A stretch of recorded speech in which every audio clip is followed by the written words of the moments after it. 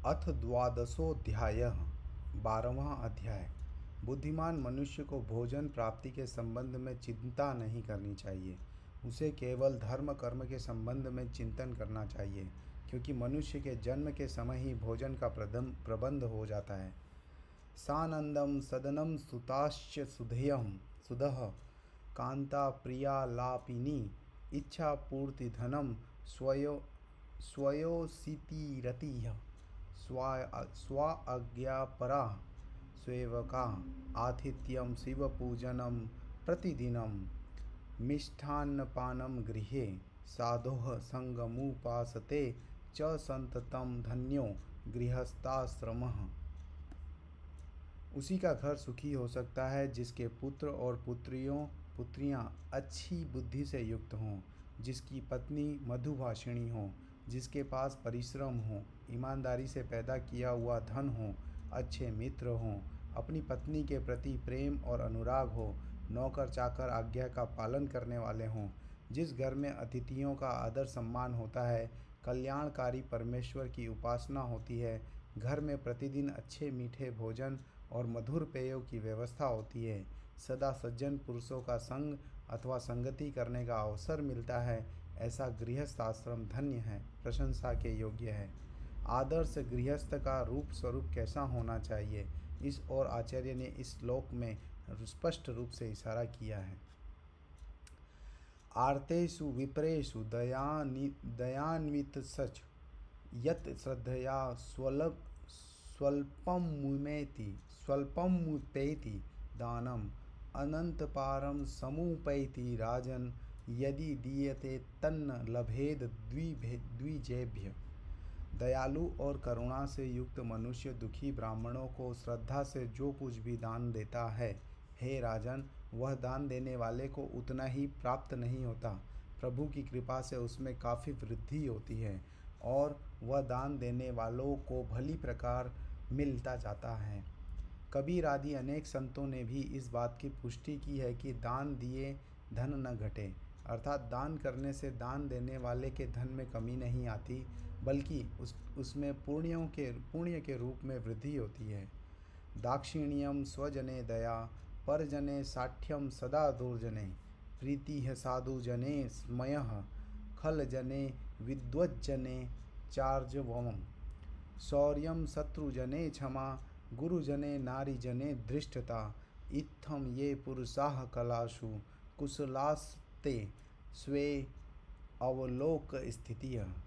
अपने बंधु बांधवों के साथ वही व्यक्ति सुख से रह सकता है जो उनके साथ सज्जनता और नम्रता का व्यवहार करता है, दूसरे लोगों पर दया और दुर्जनों के प्रति भी उनके अनुकूल व्यवहार करता है।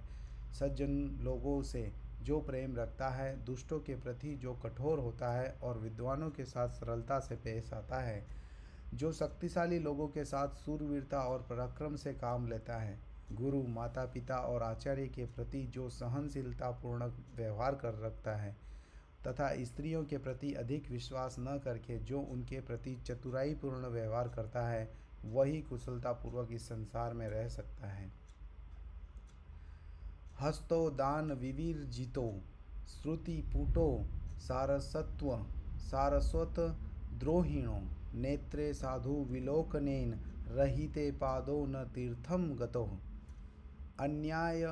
अन्यायार्जित वित्त पूर्ण मुद्रम गर्वेण तुंगम शिरो रे जम्बुक मुंच मुंच मुच्च मुच्च सहसा निंध्यम सुनिंध्यम वपुः।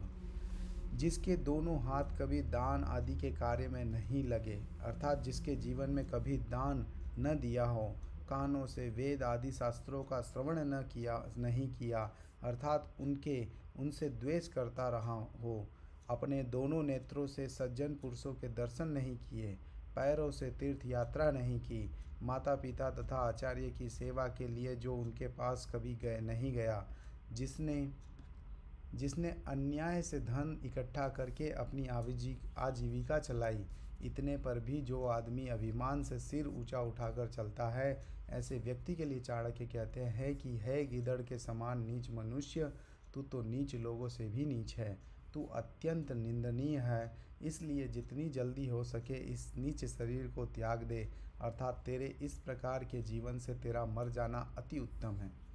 पत्रम नैव यदा करीर विटपे दोषो वसंतस्य किम नो लुको अप्यवलोकते यदि दिवा सूर्यस्य किम दूषणम वर्षा नैव पतंतति चातक मुखे मेघस्य किम दूषणम यत् पूर्वं विधिना ललाट लिखितम तन्नामर्जिति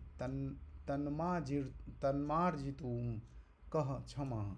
यदि करील नामक पौधे पर पत्ते नहीं निकलते तो इसमें वसंत ऋतु का क्या दोष है। यदि उल्लू को दिन में दिखाई नहीं देता तो इसमें सूर्य का क्या दोष है।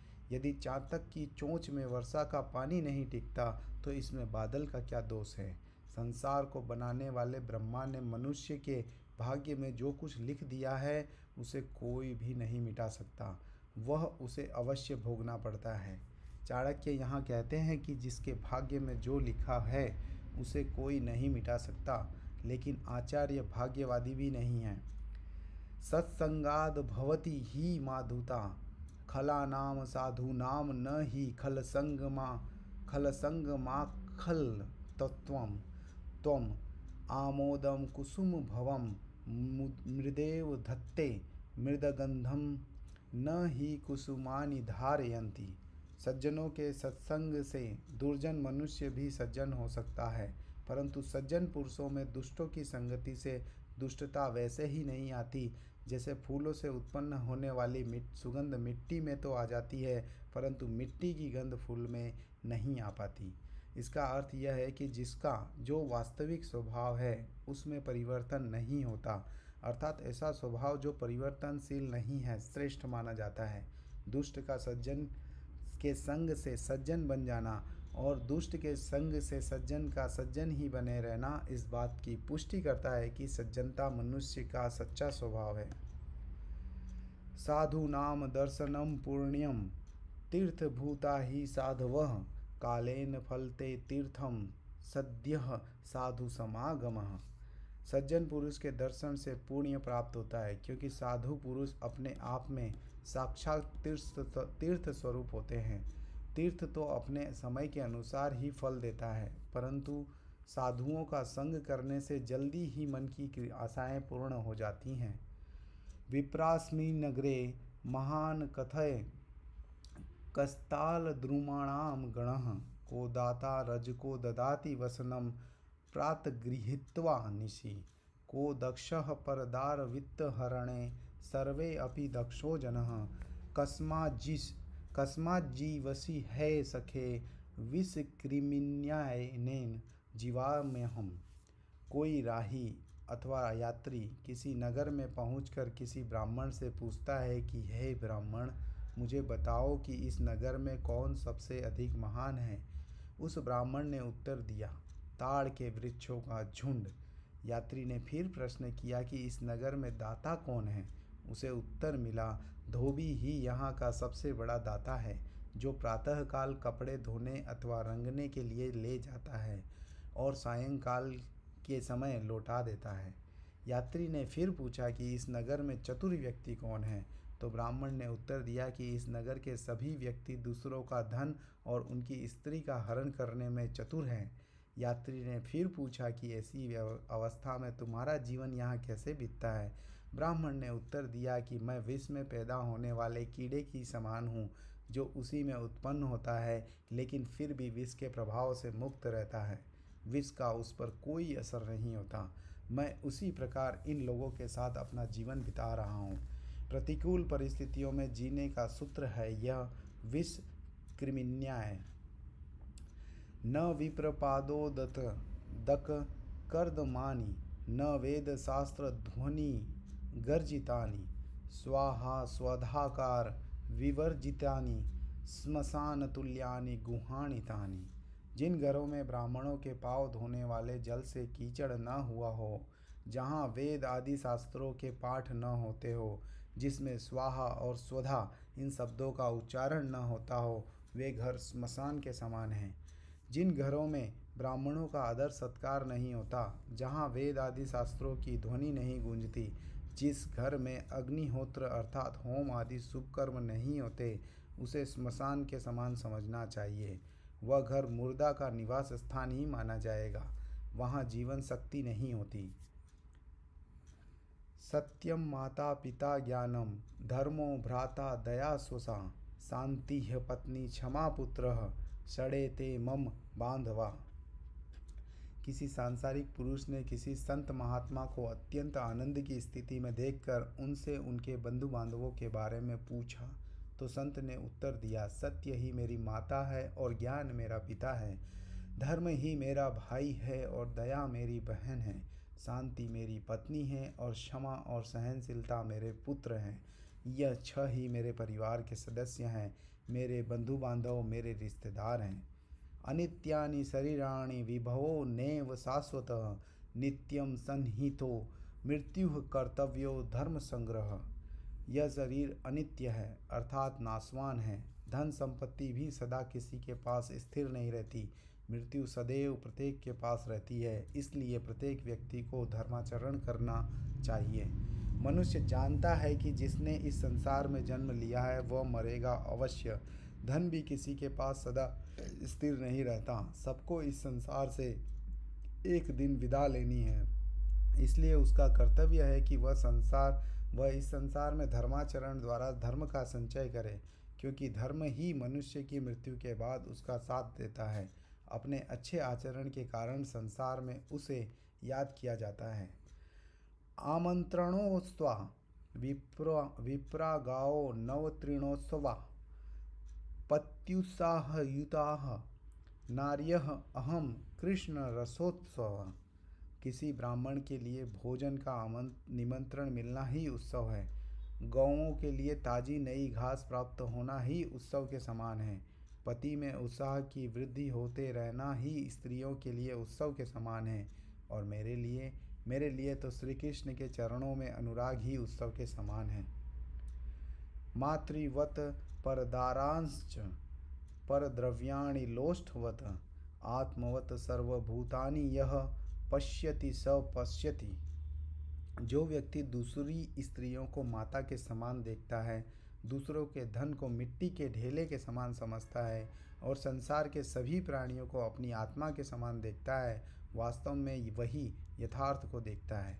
जो व्यक्ति दूसरों की स्त्रियों को अपनी माता के समान आदर देता है, दूसरों के धन अथवा उनके हिस्से को हड़पने की इच्छा नहीं करता और सभी प्राणियों के साथ वह उसी प्रकार का व्यवहार करता है जैसा वह अपने साथ व्यवहार किए जाने की इच्छा रखता है, ऐसा व्यक्ति ही बुद्धिमान है।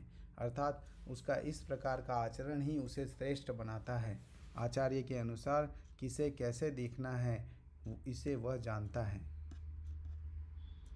धर्मे तत्परता मुखे मधुरता दाने समुत्साहता मित्रे वच्चकता गुरो विनयता चित्ते अति गंभीरता आचारे सुचिता गुणे रसिकता शास्त्रेषु विज्ञानता रूपे सुंदरता शिवे भजनता सत्य सेव स्वेव संदृश्यते। धर्म में निरंतर लगे रहना, मुख से मीठे वचन बोलना, दान देने में सदैव उत्सुक रहना, मित्र के प्रति कोई भेदभाव न रखना, गुरु के प्रति नम्रता और अपने हृदय में गंभीरता, अपने आचरण में पवित्रता, गुणों के ग्रहण करने में रुचि, शास्त्रों का विशेष ज्ञान, रूप में सौंदर्य और प्रभु में भक्ति आदि का होना, ये गुण सज्जन पुरुषों में ही दिखाई देते हैं। काष्ठम कल्पतरुः सुमेरुचल चलश्चिंतामणि प्रस्तरः सूर्यस्तिवक्रः शशिक्षयकरः क्षारो हि वारान्निधिः कामो नष्ट तनुर्बलिदितिसुतो नित्यं पशुगाम कामगौ गौनेर्तास्ते तुल्यामि भो रघुपते कश्योपमा दीयते।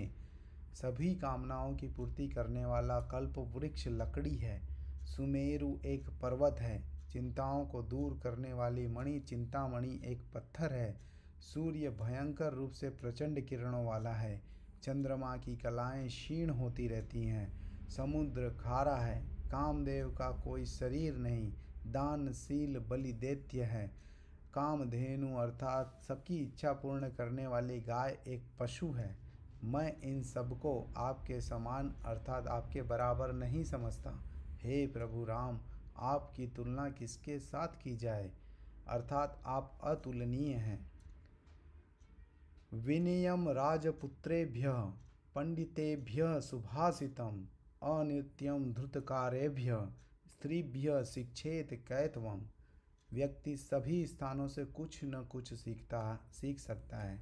उसे राजपुत्रों से नम्रता और सुशीलता, विद्वानों से प्रिय वचन बोलना, जुआरियों से मिथ्या भाषण अर्थात सही स्थिति का पता न लगने देना और स्त्रियों से छल करना सीखना चाहिए। इस संसार में कुछ भी ऐसा नहीं है जो उपयोगी न हो, बस उसका सही समय पर सही तरह से उपयोग आना चाहिए। मिथ्या भाषण और छल भी जीवन में उपयोगी होते हैं। इनका उपयोग उन्हीं के प्रति करें जो आपको इनमें उलझाए। लोहे को लोहा ही काटता है। अनालोक्य व्ययम करता हियनाथः कलह प्रिय आतुरः सर्वक्षेत्रेषु नरः शीघ्रं विनश्यति। जो व्यक्ति बिना विचारे और बिना देखे शक्ति से अधिक खर्च करता है, निर्बल होने पर भी जो लड़ाई झगड़े में रुचि रखता है, सभी वर्णों की स्त्रियों से जो संभोग के लिए उतावला रहता है, वह जल्दी ही नष्ट हो जाता है। नाहारम चिंतयेत प्राज्ञो धर्ममेकं ही चिंतयेत आहारो ही मनुष्याणाम जन्म न सहजायते। बुद्धिमान मनुष्य को भोजन प्राप्ति के संबंध में चिंता नहीं करनी चाहिए। उसे केवल धर्म कर्म के संबंध में चिंतन करना चाहिए, क्योंकि मनुष्य के जन्म के समय ही भोजन का प्रबंध हो जाता है, प्रारब्ध द्वारा कर दिया जाता है। बुद्धिमान व्यक्ति खान पान की चिंता किए बिना धर्म कार्य में लगे रहते हैं। कर्तव्यों का निर्वाह करने वाले की इच्छाएं प्रकृति पूरी करती रहती है। आचार्य के इस कथन से उन्हें भाग्यवादी मानने की भूल नहीं करनी चाहिए। यहाँ आचार्य यह कहना चाह रहे हैं कि व्यक्ति को अपने कर्तव्यों को करना चाहिए। कर्तव्यों की दिशा यदि सही हो तो उसकी कामनाओं की पूर्ति सहज में होने लगती है। कई संतों महापुरुषों का जीवन इस कथन की पुष्टि करता है। जल बिंदु निपातेन क्रमशः पुर्यते घटः स हेतुः सर्व विद्या नाम धर्मस्य च धनस्य च। जैसे बूंद बूंद से घड़ा भर जाता है, उसी प्रकार निरंतर इकट्ठा करते रहने से धन, विद्या और धर्म की प्राप्ति होती है। वयसः परिणामे अपि यह खल एव सः सुपक्वमपि माधुर्यं नोपयातीन्द्र वारुणम।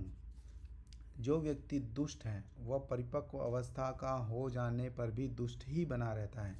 जैसे इंद्रायण का फल पक जाने पर भी मीठा नहीं होता, कड़वा ही बना रहता है। पर आवश्यक नहीं है कि व्यक्ति आयु बढ़ने के साथ साथ अपने स्वभाव में भी परिवर्तन कर सके। अधिकांश व्यक्ति जो दुष्ट और दुर्जन होते हैं, अपने जीवन की अंतिम स्थिति तक दुष्ट ही बने रहते हैं। उनके जीवन में कोई विशेष परिवर्तन नहीं आता। जिस प्रकार इंद्रायण नामक फल पूरी तरह पक जाने पर भी कड़वा ही रहता है, उसी प्रकार मनुष्य अपने स्वभाव को छोड़ने में असमर्थ रहता है। अध्याय का सार। अध्याय के प्रारंभ में चाणक्य उस गृहस्थ को सुखी बताते हैं जिसके घर में मंगल कार्य होते रहते हैं, जिसकी संतान बुद्धिमान हो, पत्नी मधुभाषिणी हो, जिसने सत्कर्मों से धन की प्राप्ति की हो, जिसके मित्र समय पर उसका साथ देने वाले हो, नौकर आदि उसकी आज्ञा का पालन करने वाले हो, जहाँ अतिथियों का स्वागत सत्कार होता हो, जो गृहस्थ नित्य नियम से प्रभु की उपासना करता हो और जिस घर में प्रतिदिन श्रेष्ठ स्वादिष्ट भोजन बनता हो, ऐसी गृहस्थी ही प्रशंसनीय होती है। अर्थात ऐसा गृहस्थ सदैव सुखी रहता है। दान का महत्व बताते हुए चाणक्य ने अनेक स्थानों पर कहा है कि दान देने से धन की कमी नहीं होती। हाँ, योग्य और विद्वान ब्राह्मणों को ही दान देना चाहिए, क्योंकि ऐसे व्यक्ति को दिया हुआ दान कई गुना होकर मिलता है। असल में देखा जाए तो धन का दान करना तो इसलिए भी लाभप्रद है क्योंकि ऐसा करके व्यक्ति यश और पुण्य की प्राप्ति करता है, जो धन की अपेक्षा बहुत ज़्यादा समय तक रहने वाली है। इस संसार में नित्य ऐसे दुष्कर्म होते हैं जिनसे किसी के नष्ट होने का भय सा बना रहता है। जिस व्यक्ति ने अपने हाथों से कभी दान नहीं दिया, कानों से कभी शास्त्र वचन नहीं सुने, आँखों से कभी सज्जन व्यक्तियों के दर्शन नहीं किए और जो कभी तीर्थों पर भी नहीं गया, चाणक्य कहते हैं कि ऐसा जीवन व्यर्थ है। होनी बड़ी प्रबल होती है, यह बात सभी जानते हैं। अपनी होनी अथवा भाग्य के कारण करील के वृक्ष पर पत्ते नहीं होते तो इसके लिए वसंत को दोषी नहीं माना जा सकता। यदि उल्लू को दिन में दिखाई नहीं देता तो उसमें सूर्य का क्या अपराध है। इसलिए जो कुछ भाग्य में लिखा है उसके प्रति किसी को दोष देना उचित नहीं। एक बहुत ही उपयुक्त उदाहरण देकर आचार्य चाणक्य ने कहा है कि दुष्ट व्यक्ति के पास रहने से भी सज्जन व्यक्ति अपनी सज्जनता का त्याग नहीं करता, जबकि सज्जन की संगति में आकर दुष्ट सज्जन बन सकता है। सज्जनों के संबंध में आचार्य का कहना है कि उनके दर्शन मात्र से पुण्य फल की प्राप्ति होती है, परंतु जहाँ कोई सज्जन पुरुष नहीं होता वहाँ का जीवन भी विष के उस कीड़े के समान होता है जो विष में ही उत्पन्न होता है और विष में ही मरता है। इस श्लोक का आशय यह भी हो सकता है कि जिस प्रकार विष का कीड़ा विष से अप्रभावी रहता है, उसी प्रकार दुष्टों में रहने पर भी सज्जन व्यक्ति दुर्गुणों से कोसों मील दूर रहता है। चाणक्य ने आदर्श घर उसे माना है जहाँ ब्राह्मणों का सम्मान होता है, उनकी सेवा होती है, जहाँ वेद मंत्रों और शास्त्रों की ध्वनि गूंजती रहती है और अग्निहोत्र से वातावरण सुगंधित रहता है। जहाँ यह सब नहीं होता, ऐसा धर्म कर्म रहित घर स्मशान के समान होता है। ऐसे घर में नकारात्मक ऊर्जा का विकास हो जाता है। चाणक्य कहते हैं कि मनुष्य को चाहिए अन्य बातों की ओर से ध्यान हटाकर अपना मन धर्म के कार्यों में लगाएं। आचार्य के अनुसार जो व्यक्ति दूसरों की स्त्री को माता के समान देखता है, दूसरे के धन को तुच्छ समझता है और सब प्राणियों को अपने समान मानता है, सदैव धर्म में लगा रहता है, कटु वचन नहीं बोलता, जिसमें दान की प्रवृत्ति होती है, मित्रों से जो किसी प्रकार का छल कपट नहीं करता, गुरु के प्रति जो नम्र रहता है, जिसका अंतःकरण समुद्र के समान गंभीर है, जो आचरण में पवित्र, शास्त्रों को जानने वाला और हर समय प्रभु को याद रखने वाला है, वही सज्जन है। भगवान राम के संबंध में चाणक्य कहते हैं कि वे कल्प वृक्ष से भी श्रेष्ठ हैं, सुमेरी पर्वत से भी अधिक धनी हैं, उनका तेज सूर्य से भी अधिक है, वे कामधेनु से भी अधिक मनोकामनाएं पूरी करने वाले हैं, इसलिए उनकी उपासना करनी चाहिए। इन श्लोकों से लगता है कि आचार्य चाणक्य भगवान श्री राम के मर्यादापूर्ण जीवन तथा नीतियों से प्रभावित थे। धन्यवाद।